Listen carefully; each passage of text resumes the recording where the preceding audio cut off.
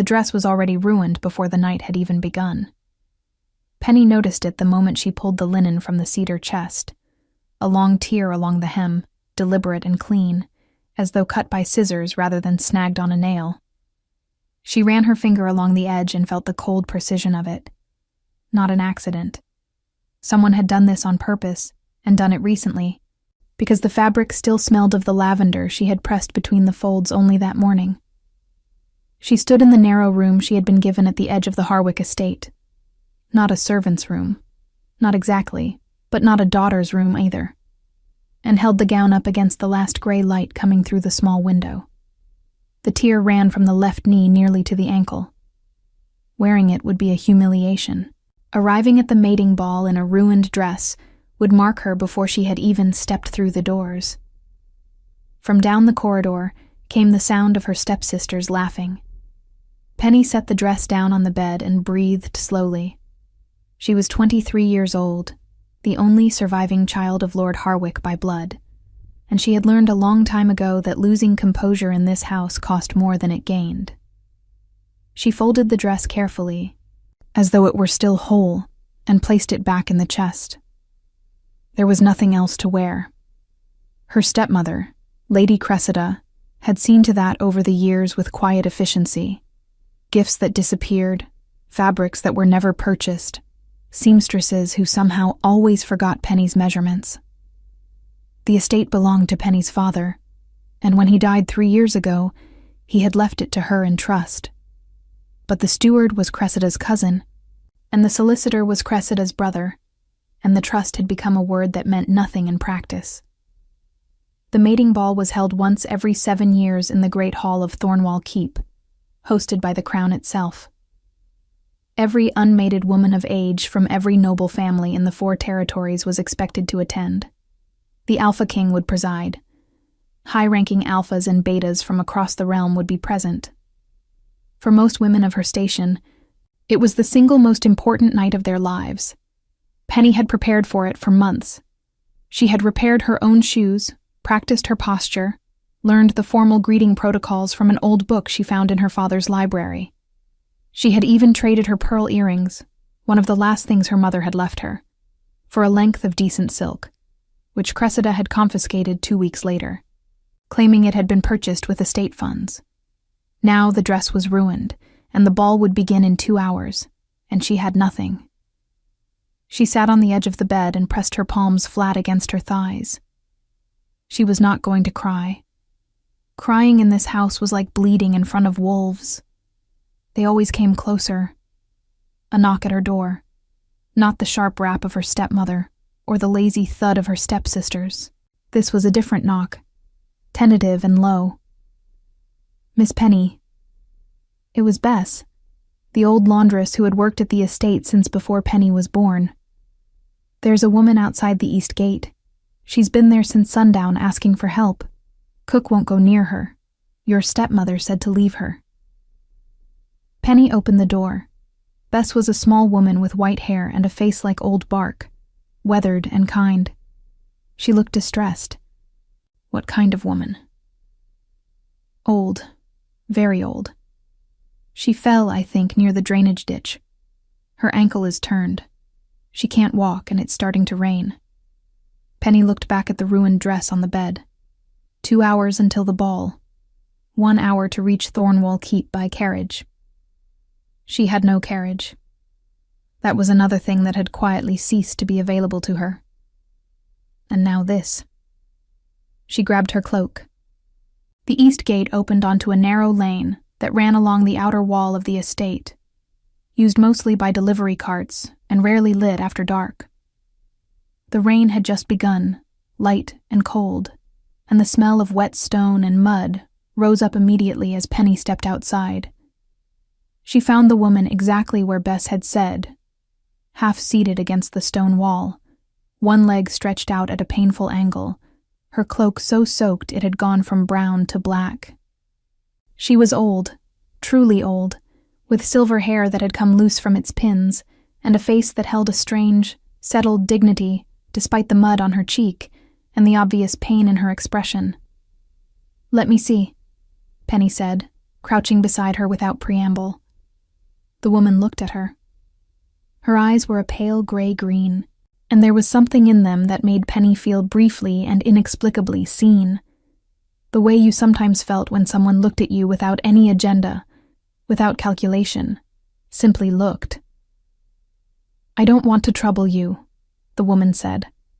Her voice was low and precise, nothing like someone who had been sitting in the rain for an hour. "You're not trouble," Penny said, and she meant it. The ankle was badly swollen. Not broken, she thought, but close enough that walking on it would cause real damage. Penny took off her cloak and folded it beneath the woman's leg, then stood and looked at the gate, calculating weight and distance and her own strength. "My name is Sarah," the woman said. "Penny, can you put your arm around my shoulders?" Sarah did, and Penny lifted. The woman was lighter than expected, and Penny was stronger than most people gave her credit for. Years of doing work in this house that should have been done by servants had left her with a practical, quiet kind of capability that no one particularly noticed. She got Sarah through the gate, through the kitchen garden, and into the warmth of the back hallway before anyone appeared to protest. Bess materialized with a blanket and a look of determined helpfulness. Cook made a noise of disapproval from behind the hearth, but said nothing when Penny met her eyes. "There's a room next to the laundry," Penny said to Bess. "It's warm. Help me get her there." It took the better part of an hour to see Sarah properly settled, the ankle wrapped, the wet clothes exchanged for dry ones borrowed from the servants' stores, a bowl of broth brought and accepted without complaint. Sarah said little while Penny worked, but she watched everything, and the quality of her watching was strange. It wasn't the passive observation of someone in pain. It was attentive, deliberate. When Penny finally sat back and looked at the small square window in the laundry room, she realized the rain had grown heavier. The ball had begun. She had missed it. There was no carriage, no dress, no time. The mating ball of the 7th year, the one she had spent months preparing for, the one that was supposed to change everything. Gone. Done. While she sat on a low stool beside an old woman she had found in a ditch. She waited for the grief to arrive. It came, but it was quieter than she expected. Underneath it was something else. Not peace exactly, but the absence of shame. Whatever else this night was, she had done the right thing. She had seen someone in trouble, and she had helped. That was a simple fact, and it belonged to her regardless of what it had cost. "You missed something important tonight," Sarah said. It wasn't a question. Penny looked at her. "It doesn't matter." "It does matter," Sarah said. "That's why it's worth saying." There was a silence. The rain tapped steadily at the window. From somewhere deeper in the house came the distant, hollow sound of Cressida laughing. Bright and practiced and triumphant. The way she always laughed when she believed she had won something. "You live in this house," Sarah said, "but it is not your house." Penny stilled. "Your father built it," Sarah continued, her pale eyes steady. "And he left it to you, and it has been taken from you one piece at a time, and you have survived that by being very careful and very quiet." She paused. "But quiet is not the same as safe, child." Penny's chest tightened. "You don't know anything about my situation." "No," Sarah agreed. "But I know what a woman looks like when she has been living inside someone else's plans for a very long time." She looked down at her bandaged ankle, then back up. "And I know what it costs to pretend the cage isn't there." Penny said nothing. The truth of it sat in her throat like something swallowed wrong. "What is it you want?" Sarah asked. "Not what you've accepted. What do you actually want?" The question was so simple that it almost hurt. What did she want? She wanted her father's estate returned to her. She wanted to stop being invisible in her own home. She wanted someone to look at her and see not a problem to be managed, not a resource to be controlled, but a person. She wanted, desperately, quietly, in a place she rarely let herself acknowledge. To belong somewhere that belonged back. She didn't say any of it. She pressed her palms flat against her thighs, the way she always did when she needed to hold something still inside herself. Sarah watched her do it. "Rest," Penny said finally. "The ankle needs to stay elevated. Bess will bring you more broth in the morning." She stood and moved toward the door. "Penny." Sarah's voice was quiet, but it stopped her cleanly. "Thank you." Not many would have stopped. Penny looked back at her. In the warm, low light of the laundry room, with rain pressing against the small window and the old woman sitting upright and composed on the narrow bed, something about the moment felt strangely significant. The way certain moments did, the ones you didn't know mattered until long afterward. "Anyone would have," Penny said. Sarah shook her head once. "No, they wouldn't." Penny left her there and walked back through the dark corridor toward her room, passing the door to the estate's front hall, where the lamplight was warm and her stepsisters' voices were returning, bright with the excitement of the ball. They had gone. They had dressed beautifully in gowns that should have come from Penny's inheritance. They had stood in the great hall of Thornwall Keep and been seen by every alpha in 4 territories. And Penny had spent the night in a drainage ditch and a laundry room. She climbed the stairs to her room, sat on the edge of the bed where the ruined dress still lay, and for one long moment allowed herself to feel the full weight of what the night had taken from her. Then she folded the dress again, placed it in the chest, and went to sleep. She did not yet know the name of the woman she had helped. She did not yet know that by morning, everything would begin to break open. The morning came gray and cold, and with it came the sound of horses. Penny heard them before she was fully awake. Not one horse, not a merchant's cart, but many, the heavy synchronized rhythm of trained war horses moving in formation along the lane that led to the estate's main gate. She sat up in bed and listened. The sound did not pass. It stopped. She was at the window before she had fully decided to move. Below, in the pale early light, 6 riders had drawn up before the estate's iron gate.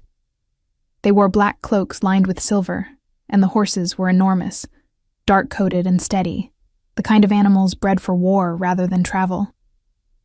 At the center of the formation sat a man who was not looking at the gate. He was looking at the house. His face was too far away to read clearly, but his posture needed no reading. He sat absolutely still in the saddle with the particular stillness of someone who had never needed to assert himself loudly, because the world had always rearranged itself around him quietly. On the riders' cloaks, worked in silver thread at the shoulder, was a sigil Penny recognized even from this distance. The crown. The Alpha King's own guard. Her heart did something complicated in her chest. She dressed quickly, her plainest clothes since there was nothing better, and came downstairs to find the house already in chaos. Cressida was in the front hall in her dressing gown with her hair half-pinned, issuing instructions to the servants in a low, urgent voice. Her daughters, Mira and Felice, hovered on the staircase above, craning to see through the tall front windows with expressions caught between excitement and fear. "What is happening?" Penny asked. Cressida turned. Her eyes moved over Penny the way they always did, assessing, dismissive, and then landing on some calculation that Penny was never quite able to read. "Go back upstairs. There are royal guards at the gate. I am aware. This does not concern you. Go upstairs." Penny did not move. It was a small act of stubbornness, but it was the kind she had been practicing quietly for 3 years, standing still when she was told to move, remaining present when she was meant to disappear. Cressida's jaw tightened, and then the gate bell rang, and she had no more time to deal with Penny. The steward opened the gate. What happened next Penny would reconstruct later, in pieces, the way you reconstructed something that had moved too fast to follow cleanly. The guards entered the courtyard.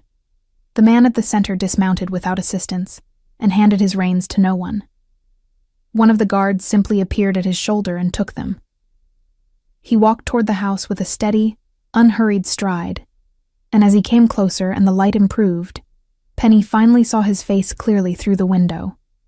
He was tall, with dark hair and a jaw that looked like it had been set in stone and never reconsidered. His eyes, even from a distance, were an unusual shade.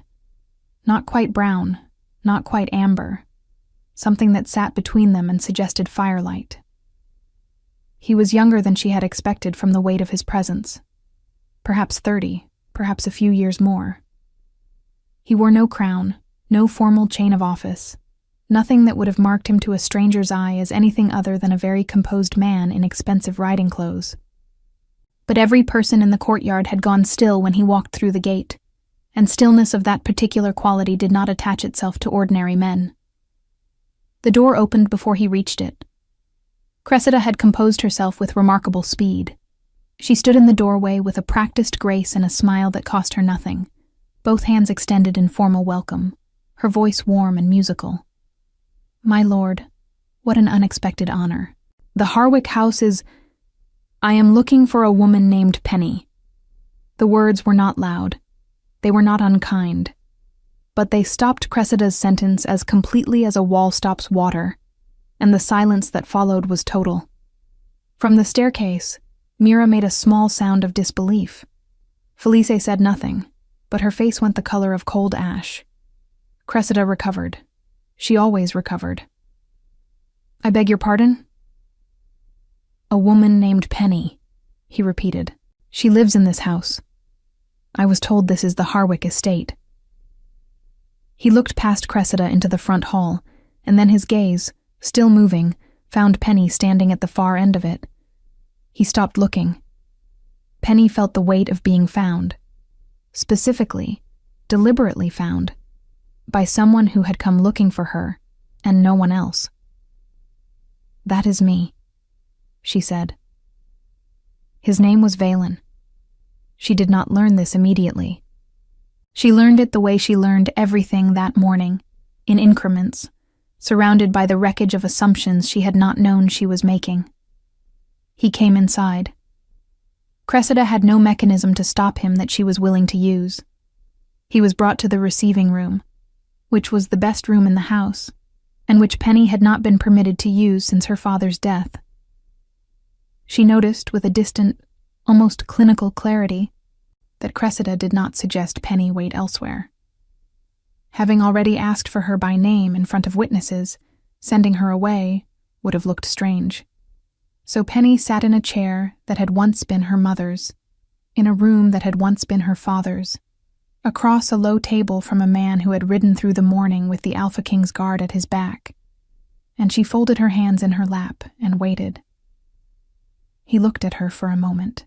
Not the way men usually looked at her, not cataloging, not judging, but simply looking, with the direct attention of someone who wanted to understand something accurately.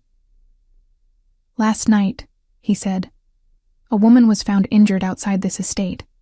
She was brought inside and cared for." "Yes," Penny said. "That was you." "It was." A pause. Cressida, seated on a narrow chair near the door with the rigid posture of a woman trying very hard to understand what was happening, said nothing. "The woman's name is Sarah," Valen said. "Her full name is Sarah Dawnmere. She is my mother." The room went very quiet. Penny held his gaze and kept her own face still, the way she had learned to keep it still when surprises arrived in this house.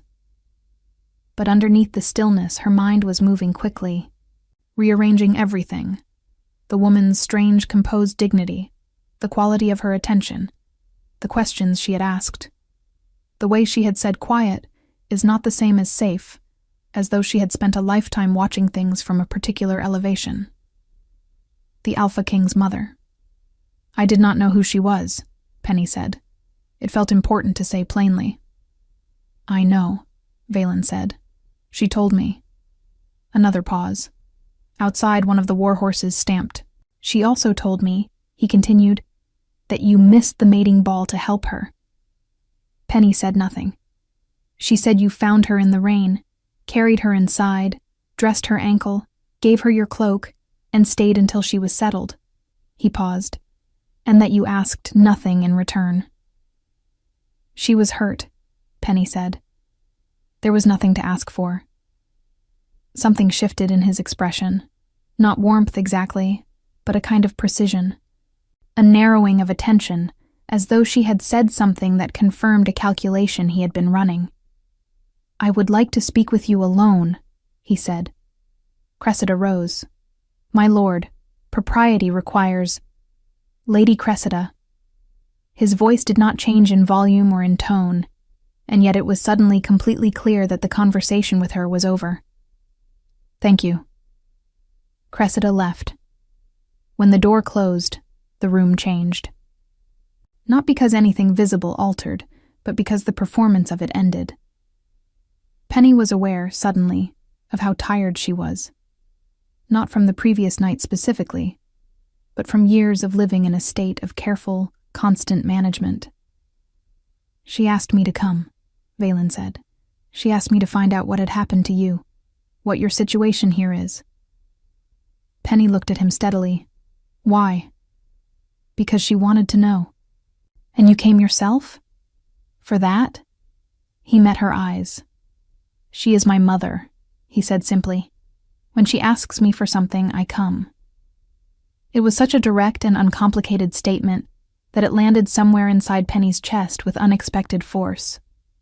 She had spent 3 years watching the men around her, solicitors, stewards, distant relatives, talk about obligation and loyalty and family, as though these were theoretical concepts, beautiful in speech and absent in practice. Here was a man who had ridden through the night because his mother had asked him to, and he said it the way he might say the sky was gray. "My situation here," Penny said carefully, "is complicated. Tell me." She did not mean to. She had not planned to say anything beyond the minimum required by courtesy.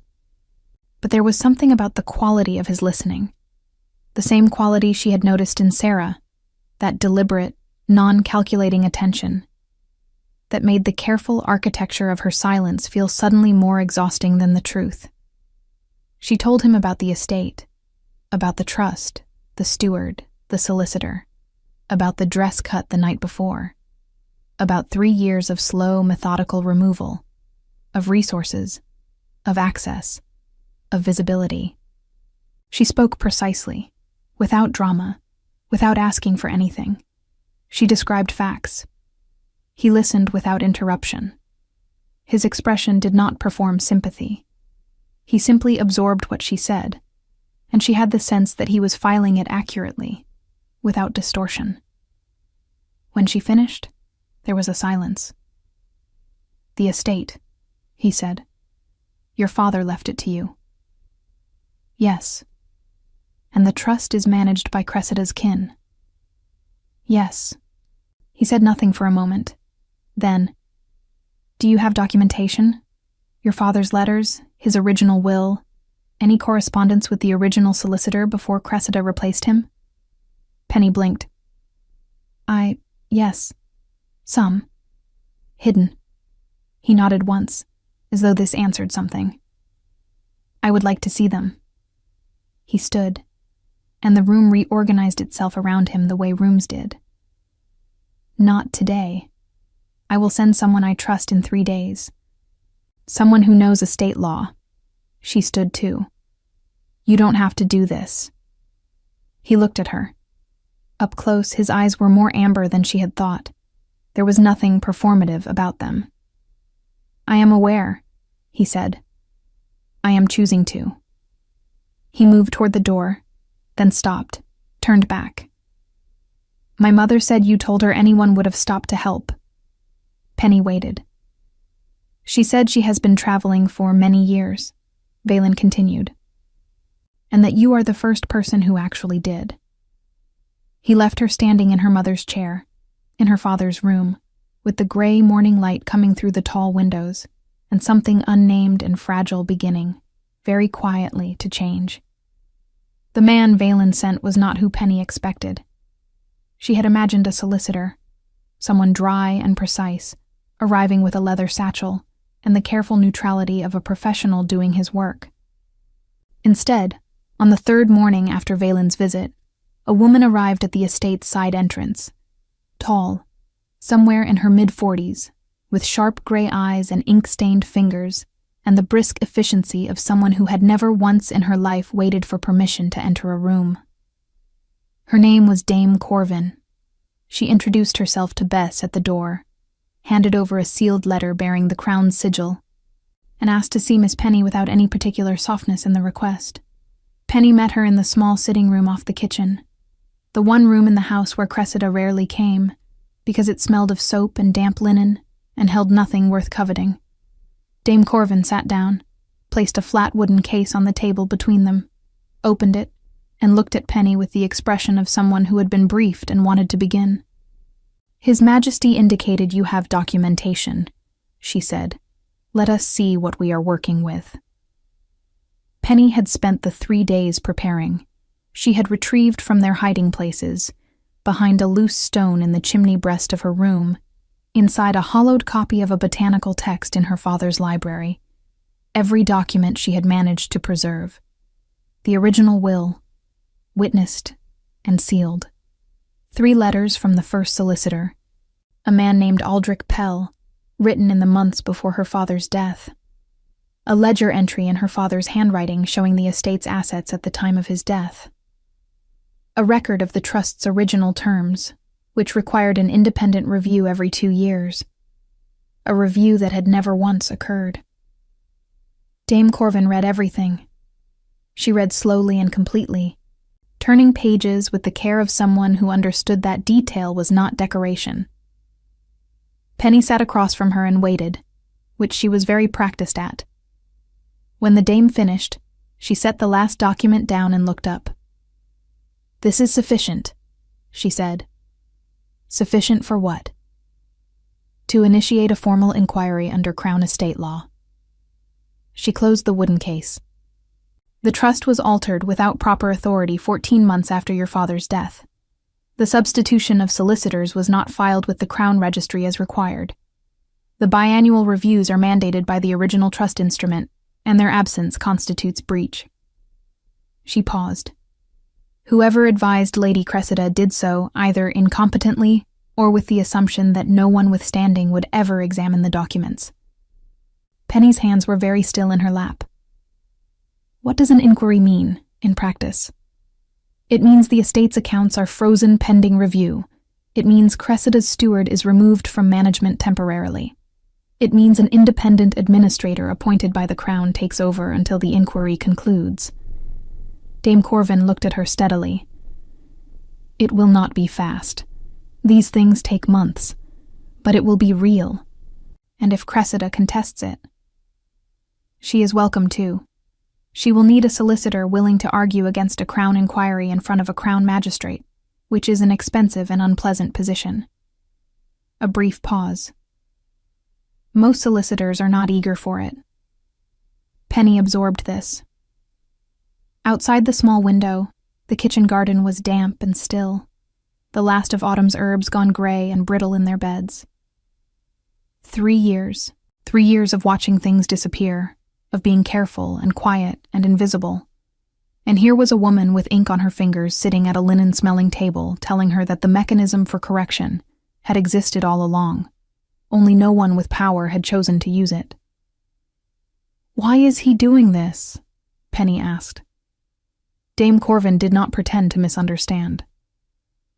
"His Majesty does not explain his reasoning to me," she said. "He gives instructions and I carry them out. But I have worked for him for 11 years, and I can tell you that he is not a man who acts from sentiment or impulse." She picked up the wooden case. "If he sent me here, it is because he judged it worth doing." After Dame Corvin left, Penny sat alone in the small room for a long time. Cressida noticed. She always noticed. The change was subtle, a certain tightening around her eyes, a quality of attention during meals that was sharper than usual. She said nothing directly for 4 days. Then, on a cold evening when Penny was returning from the kitchen garden with a bundle of dried rosemary, Cressida appeared in the corridor as though she had simply materialized there. "You spoke with the king," Cressida said. "He came to the house," Penny said. "You were present." "Don't be simple." Cressida's voice was smooth and even, the way a blade was even. "He sent someone, a woman. She was here for 2 hours." "Yes." "What did you give her?" Penny looked at her stepmother. In 3 years, she had never once let herself look too directly. It invited things. But she looked now, and she saw what she had always known was there, but had not allowed herself to name: the calculation. The absolute, unsentimental calculation of a woman who had entered this house with a purpose and pursued it without deviation. "Documents," Penny said. Cressida was quiet for one moment.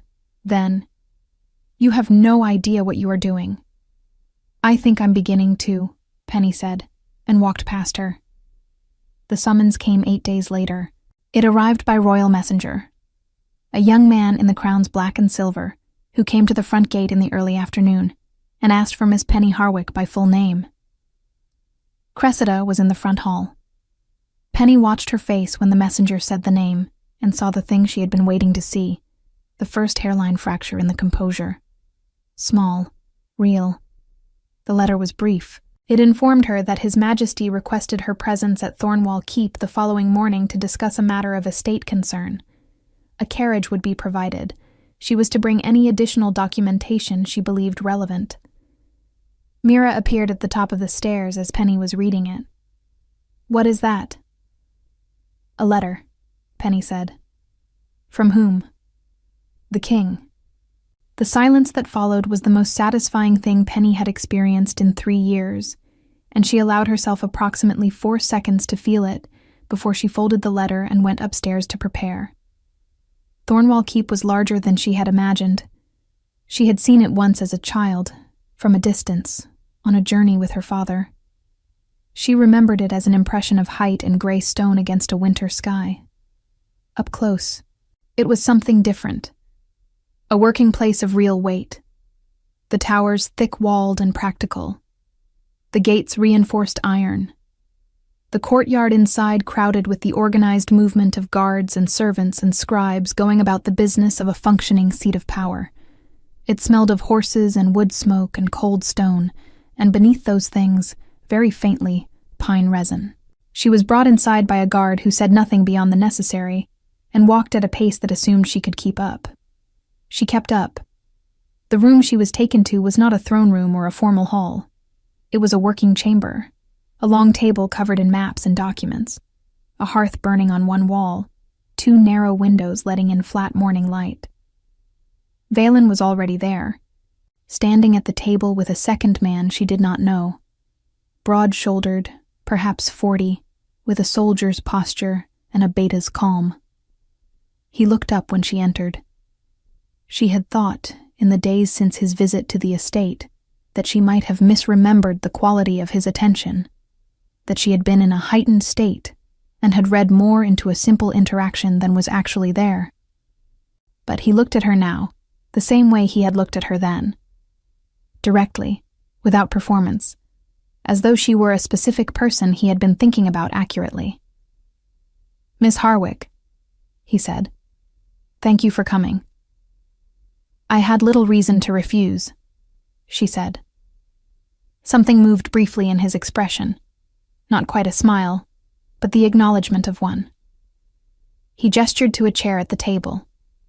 She sat. The second man was introduced as Commander Aldrich. Not the same Aldrich as the original solicitor, but the coincidence of the name made something flicker in Penny's chest. He oversaw Crown legal affairs in the Northern Territories, Valen explained, and had reviewed Dame Corvin's preliminary findings. What followed was an hour of clear, methodical conversation about documents and laws, and the specific mechanisms by which the Harwick estate had been systematically mismanaged. Penny answered questions directly and without embellishment. She had brought everything she had, organized in the order she thought would be most useful, which seemed to register with Commander Aldrich as a point in her favor without him saying so. At the end of it, Valen looked at her across the table. "This will move forward," he said. "The inquiry is formally initiated as of this morning. Cressida has been notified. Her steward has been suspended pending the review." Penny breathed carefully. "And the estate itself?" "Administered by Crown appointment until the inquiry concludes. After that, assuming the findings are consistent with what we have reviewed today," a pause, "it reverts to you, with a full accounting of what was taken." What was taken? 3 years of that phrase living only inside her, unnamed, and now someone had said it plainly in a formal room. "My lord," she kept her voice level, "I want to ask you something directly." He waited. "Your mother, is she well?" Something changed in his face. Not surprise. He did not seem like a man who was often surprised, but something warmer, something that moved beneath the surface of his control, like light moving beneath ice. "She is," he said. "She has been asking about you. I'm glad she's recovered. She would like to meet you properly," he said, "if you are willing." Penny looked at him. She was sitting in the keep of the AlphaKing, with a formal legal inquiry initiated on her behalf, being invited to meet the woman whose life she had preserved by choosing a drainage ditch over a ballroom. The distance between where she had been 10 days ago and where she sat now was so large that she could not yet measure it. "I am willing," she said. He nodded, and for a moment the room held something fragile and unspoken between them. The awareness that this was not simply a legal matter anymore, and that both of them knew it, and that neither of them was quite ready to say so. Outside, the wind moved through the courtyard, carrying pine and cold stone, and the distant sound of a forge hammer. Penny pressed her palms flat against her thighs, caught herself doing it, and made herself stop. Sarah was waiting in a sunlit room on the keep's eastern side, seated upright in a high-backed chair with her bandaged ankle resting on a low-cushioned stool and a book open in her lap that she was not reading.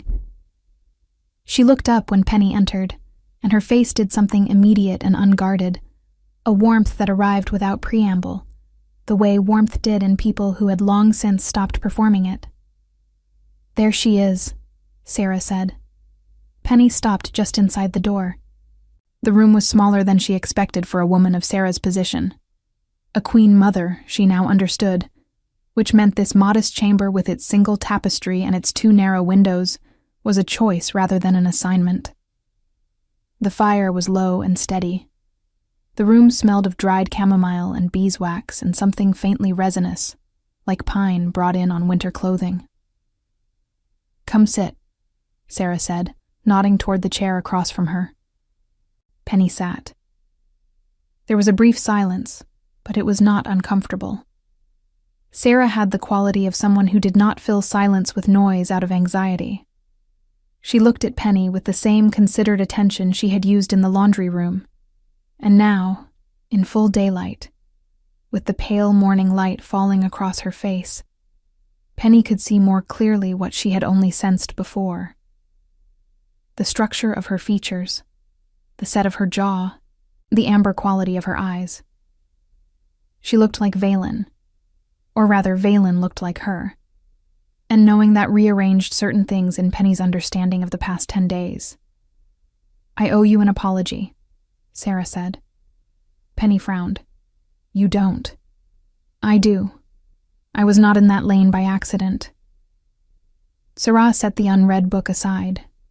"I had heard that the mating ball was that night, and I wanted to see, without introduction, without the ceremony of it, what kind of women lived in the noble houses nearby. I have done this before. It is a habit my son finds irritating." A brief pause. "I did fall. That part was genuine and undignified. But I went out that night with intention." Penny absorbed this. "You were testing them." "I was observing," Sarah said. "There is a difference, though only just." She folded her hands in her lap. "Lady Cressida's daughters passed me on their way to the ball. Mira looked directly at me and kept walking. Felice told her driver to move faster. She paused. You came out in the rain. I didn't know you had passed the gate, Penny said. Bess came to tell me. I know. And you could have told Bess to send someone else, or told Cook to handle it, or simply decided it was not your problem. Sarah looked at her steadily.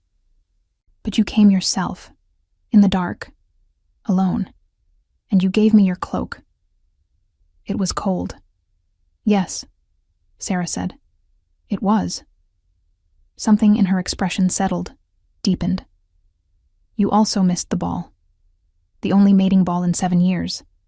The one event that could have changed your position entirely, given you a mate, given you standing. She paused.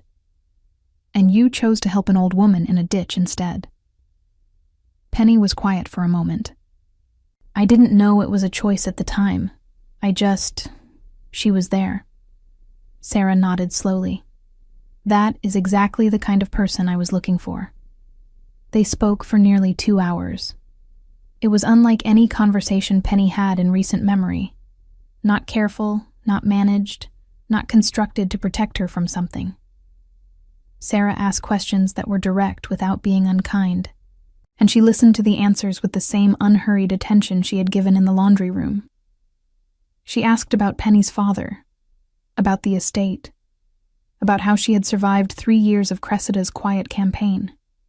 She asked about what Penny had studied, what she read, what she thought about the territory's trade agreements, which surprised Penny enough that she answered honestly before she could think to deflect. She did not ask about Valen, but midway through the 2nd hour, when the fire had been built up by a silent servant, and the light in the windows had shifted toward midday, Sarah said something that changed the texture of the room. He noticed you, she said, not announcing it, not making ceremony of it, saying it the way she said everything, precisely because she had decided it was worth saying. Penny kept her expression level. He was doing something kind for his mother. He rode through the night himself, Sarah said. He could have sent a messenger, or sent Commander Aldrich. He came. She tilted her head slightly. I have watched my son navigate his position for 6 years, and I have seen him be generous and strategic and dutiful. I have not often seen him be impulsive. A pause. He was impulsive the morning he came to your house. Penny looked at the fire. I am not telling you this to pressure you, Sarah said. I am telling you because I believe you have spent a long time being managed by people who withheld information they thought would make you easier to handle. I would prefer not to do the same. The directness of it landed somewhere real. Penny turned it over carefully, the way she turned over things that mattered, slowly, checking all sides. I don't know what to do with that, she said honestly. You don't have to do anything with it, Sarah said. Not yet. Just know it. She did not see Valen again that day. She was brought back to the estate in a crown carriage as evening came, and she sat in the cushioned interior and watched the road move past the small window. The frozen ruts of it, the bare black trees, a farmhouse with firelight in its window, and tried to organize what she was feeling into something manageable. The inquiry was real. That was the clearest thing. Whatever else was complicated or uncertain, the machinery of it had been set in motion by someone with the authority to move it, and Cressida had been notified, and the steward had been suspended, and somewhere in a Crown office a document with Penny's name on it was being filed by a woman with ink on her fingers. That was real. The rest, she put it aside, the way she put things aside when they were too large or too unfamiliar to examine directly.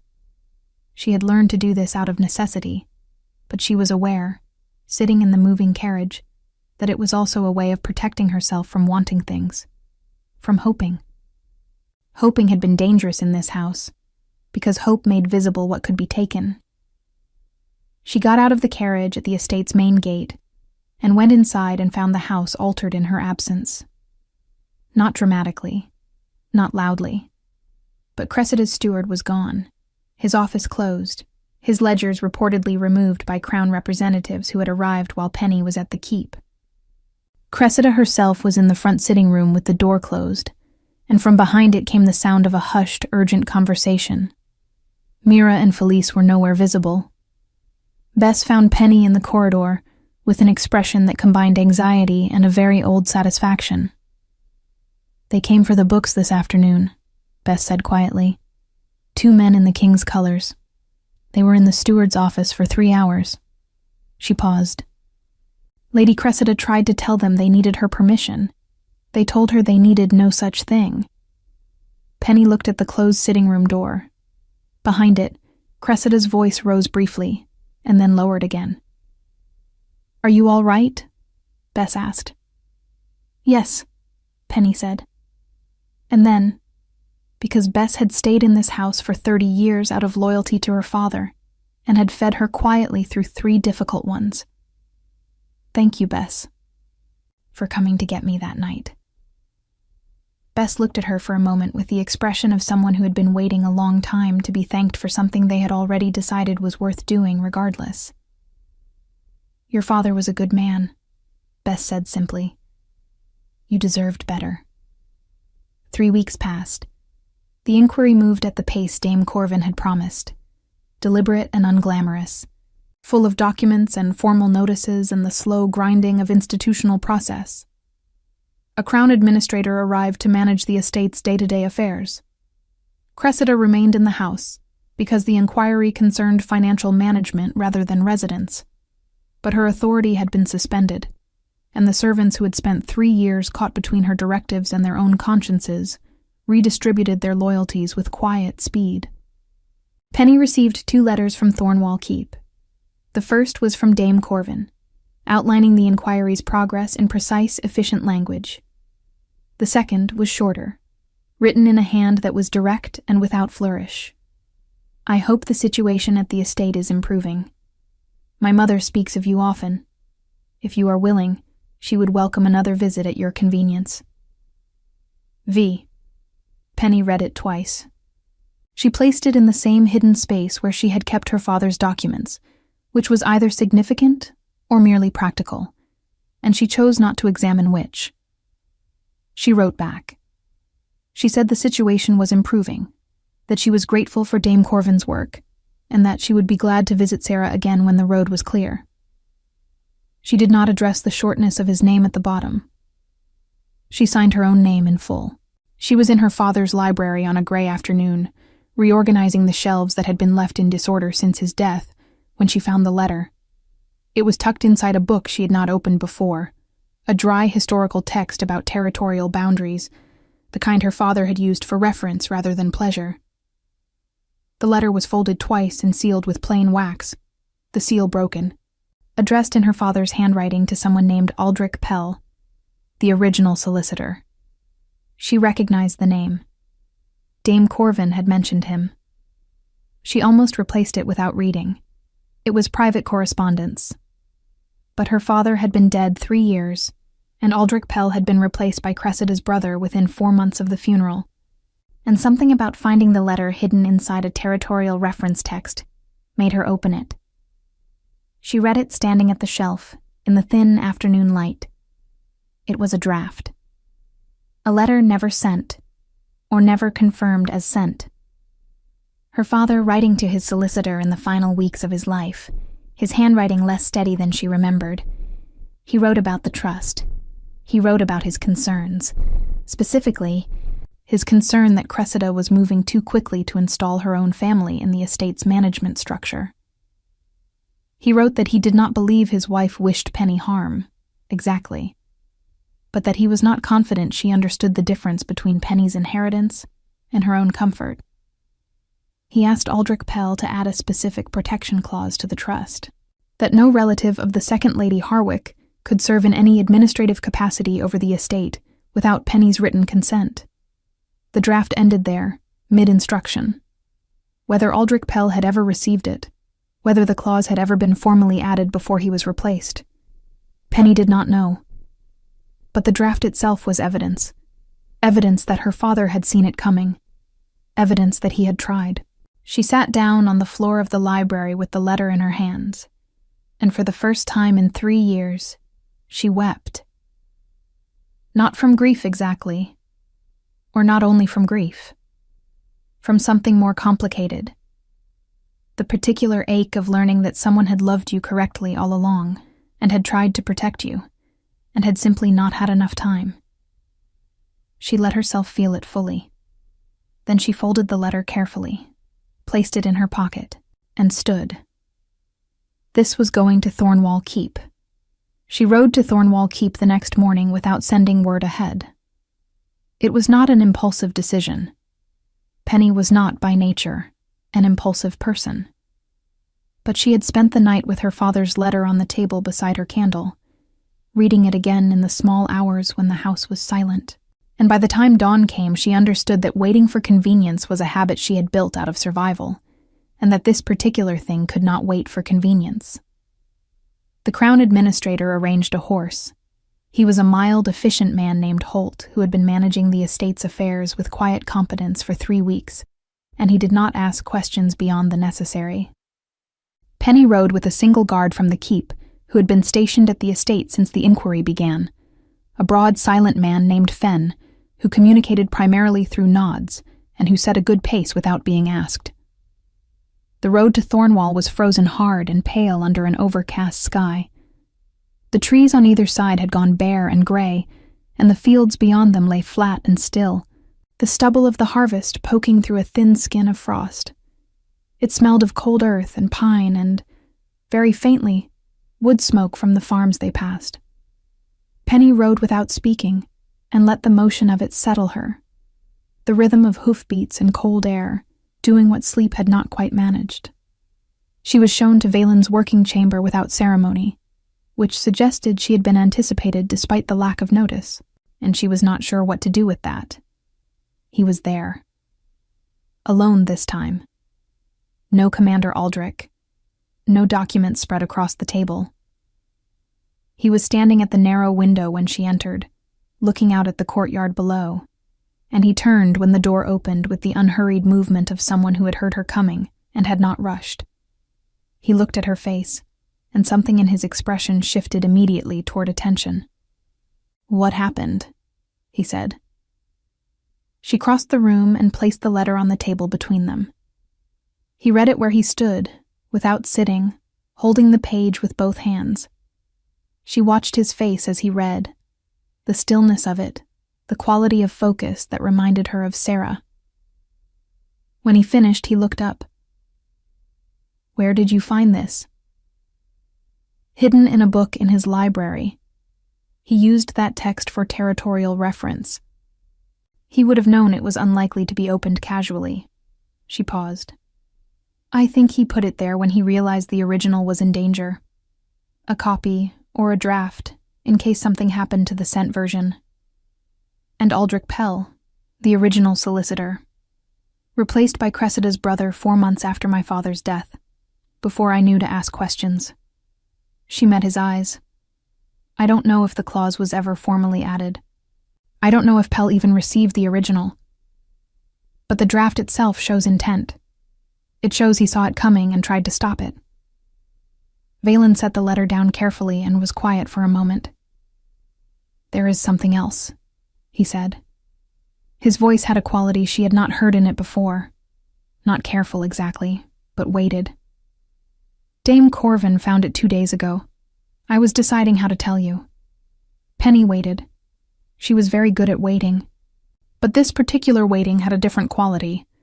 Not the waiting of someone accustomed to being held at arm's length, but the waiting of someone who had decided to remain present for whatever came next. "The ledgers show a pattern of withdrawal over 3 years that goes beyond mismanagement," he said.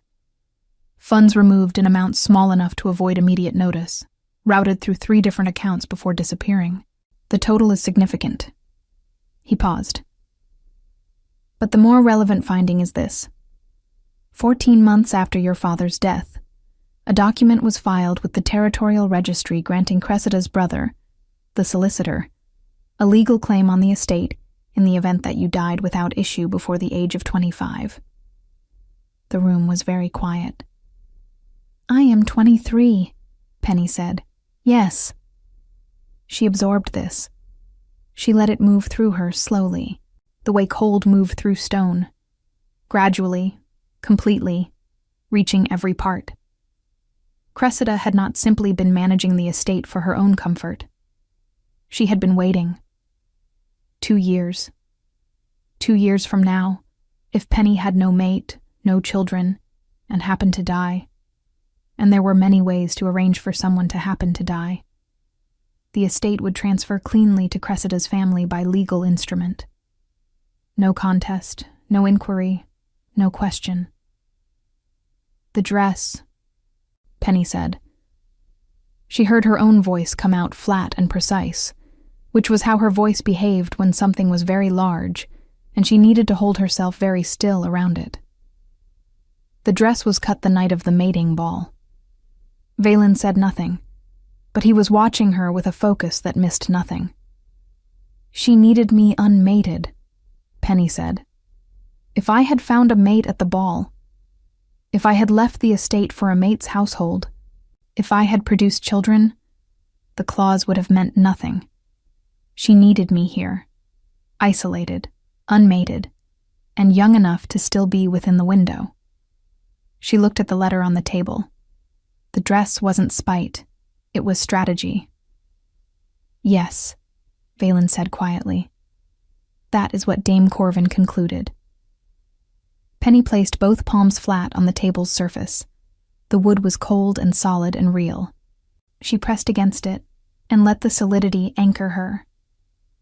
What happens now? She asked. Cressida and her brother will be formally charged. Crown magistrates, not local ones. This crosses into criminal territory, the filing of a fraudulent inheritance clause, which is a different matter than estate mismanagement. He paused. It will be public, it will be thorough, and it will take time, but the outcome is not in significant doubt. And the estate? Returns to you. In full, with accounting, with penalties applied against the funds removed. He looked at her steadily. Dame Corvin believes we can recover most of it. Penny nodded.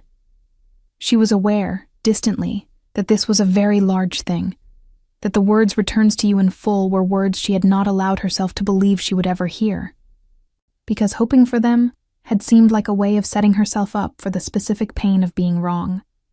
And now they had been said plainly, in a real room, by someone who meant them, and she did not quite know how to receive them. I would like to sit down, she said. He moved immediately, pulling a chair from the table. She sat. He remained standing, but not in the way that created distance, in the way that left her space while still being present. It was a specific, considered thing, that positioning, and she was aware enough of it to notice. Sarah came to find her an hour later. She arrived with a servant carrying a tray of warm broth and bread, moving with more ease than the first time Penny had seen her. The ankle much improved, though she still carried a light cane. She looked at Penny's face and then at Valen's, and made the rapid, accurate assessment of someone who had spent decades reading rooms. She sat. She poured broth into a cup and placed it in front of Penny without ceremony. Drink that, she said. Penny drank. The broth was rich and herbed and very warm, and something in the simple animal comfort of it made her eyes sting briefly. She kept them dry through practice. He told you everything, Sarah said. Yes. Good. Sarah broke a piece of bread and set it on the tray. Eat something. You rode in the cold and you've had a shock, and your body needs to be attended to even when your mind is busy. Penny ate. Across the room, Valen had moved to the window again, giving them space that was also a kind of presence. I want to ask you something, Penny said to Sarah. Ask. When you were in that lane, when you were deciding whether to introduce yourself, what were you actually looking for? Not in general. In a person. Sarah was quiet for a moment. Someone who acted from themselves, she said finally. Not from what they hoped to gain, not from the role they were performing, not from fear of consequences, just from themselves. She looked at Penny. It is rarer than it should be. Penny looked down at the cup in her hands. My father tried to protect me, she said. He saw it coming and he tried. I know, Sarah said. Valen showed me the letter. He didn't have enough time. No. A pause. But you did not disappear. You stayed. You kept his documents. You kept yourself intact. Sarah's voice was quiet and certain. That was not luck, Penny. That was you. The formal proceedings against Cressida and her brother took 4 months. They were tried before crown magistrates in the Great Hall of Thornwall Keep. A public proceeding, as Valen had said it would be. Penny was present for all of it. She sat in the witness section and gave her testimony clearly and without embellishment. The same way she had given information to Dame Corvin. The same way she had described facts to Valen in her mother's chair on a gray morning. She did not perform grief or anger for the benefit of the room. She simply told the truth, which turned out to be sufficient. Cressida's solicitor brother was stripped of his license and sentenced to 5 years of labor service in the Northern Territories. Cressida herself was found guilty of fraud, conspiracy to misappropriate inheritance, and filing a false instrument with the Crown Registry. She was removed from the Harwick estate permanently, her own assets seized against the restitution owed, and banished from the territory. Mira and Felice, found to have had no direct involvement in the legal conspiracy, though they had benefited from it, were permitted to remain in the territory on condition they made no further claim on Harwick property. They left quietly. Penny did not hear from them again. The estate returned to her in the month after the trial, with a full accounting and a sum of restitution that was larger than she had expected. Bess was still there, and Cook and the kitchen garden needed attention, and the library shelves she had begun to reorganize that afternoon 4 months ago were still half finished. She stood in the front hall of her father's house, her house, and let it be real. Valen came on a clear day in early spring, when the frost had broken and the first green had begun at the edges of the kitchen garden. He came without the full guard, 2 riders only, which for a man of his position was the equivalent of coming quietly. Penny was in the garden when he arrived, her hands in the dark soil, working dried herbs back into the beds. She heard the horses and stood and saw him dismount at the gate, and she did not pretend she had not been thinking about this day. He walked toward her across the garden. He looked the same stillness, the same unhurried stride, the same quality of attention that arrived before he spoke. He stopped a few feet from her and looked at her hands, which were covered in earth, and then at her face. The garden looks better, he said. It needed work, she said. 3 years of neglect. A pause. The spring air smelled of turned soil and new growth, and underneath it, the clean cold edge of morning. A bird called somewhere in the trees beyond the wall. I came to ask you something, he said. Penny waited. The mating ball will be held again in 7 years, he said. That is the custom, but custom also allows the Alpha King to make a formal offer outside the ball, if he has cause. He paused. I have cause. She looked at him. His amber eyes were steady, and there was in them something she had not let herself name over 4 months of letters and visits, and the slow, careful building of something that had no name yet, because neither of them had put one to it. It was there now, unambiguous and patient. You are certain? She asked. I have been certain for some time, he said. I have been waiting for you to be ready. She thought of the dress cut by careful scissors. She thought of the drainage ditch and the cold rain. She thought of her father's unfinished letter and Sarah's pale eyes and 4 months of learning what it felt like to have someone act from themselves, without agenda, without performance. She thought of the word mate, and how it had once belonged to a world that felt designed to exclude her, and how it felt different now.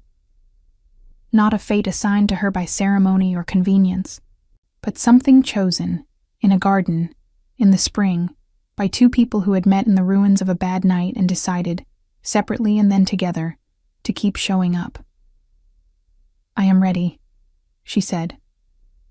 He stepped forward and took her earth-covered hand in his, and did not seem to mind it at all. They were mated in a ceremony held at Thornwall Keep at the end of summer, in the great hall that had once hosted a mating ball she had missed. Sarah stood at the front of the room and wept without embarrassment. Bess was there, brought in a crown carriage from the estate, and she sat in the second row and held herself very upright and pressed her lips together in the way she did when she was trying not to show how pleased she was. Penny wore a gown of deep green silk that no one had cut. She stood at the front of the hall beside a man who had ridden through the night for his mother, and who had listened without interruption, and who had acted from himself. And she felt, for the first time in a very long time, the specific, solid peace of being in the right place. The estate remained hers.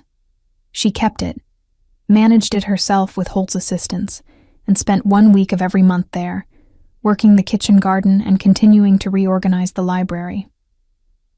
The other weeks she was at the keep, learning the weight of what it meant to stand beside an Alpha King. Not behind him, not beneath him, but beside him, which was what he had always intended and what she had taken 4 months to believe. Sarah recovered fully. She resumed her habit of traveling without announcement to observe things as they actually were, rather than as they were presented. She sent letters to Penny that were direct and warm, and occasionally contained opinions about territorial policy that Penny found herself citing in council, which Valen noticed and did not discourage. Cressida served her sentence in the Western Territory and never returned. Mira eventually married a merchant's son in the south. Felice, by the account of the one letter that found its way back to the estate, had taken work as a seamstress's assistant. Penny did not wish them harm. She found, to her own surprise, that she did not need to. What she needed, she had. Her name, her house, her work. Her place in a world that had spent years trying to make her invisible, and had failed, because she had stayed.